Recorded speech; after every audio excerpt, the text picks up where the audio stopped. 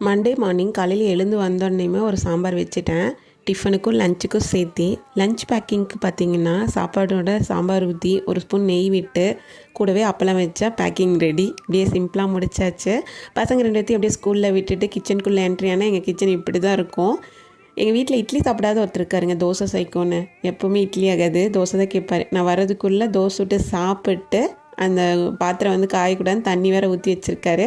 அப்படியே டீ போட்டு குடிச்சிட்டு எனக்கு ஒரு டம்ளர் வச்சுருக்காரு. அது யாருன்னு பார்த்தீங்கன்னா எங்கள் வீட்டுக்காரர் தான். எனக்கு எவ்வளோ பெரிய ஹெல்ப் பண்ணியிருக்கார் பார்த்தீங்களா. நானும் அப்படியே டீ போட்டு குடிச்சிட்டு கடகடன்னு வேலையில் இறங்கிட்டேன். எல்லா ரூமுமே பார்த்திங்கன்னா 15 மினிட்ஸில் க்ளீன் பண்ணிட்டு வந்துடலாம். இந்த சமையல் கட்டு மட்டும்தாங்க 1/2 hour பக்கம் டைம் எடுக்கும். அது நம்ம ஏரியாங்காட்டியா என்னன்னு தெரில. ஒரு 11 மணிங்கிறப்ப எல்லாம் க்ளீன் பண்ணி வச்சுட்டு கோயிலுக்கு போகலாமான்னு கேட்டிருந்தார்.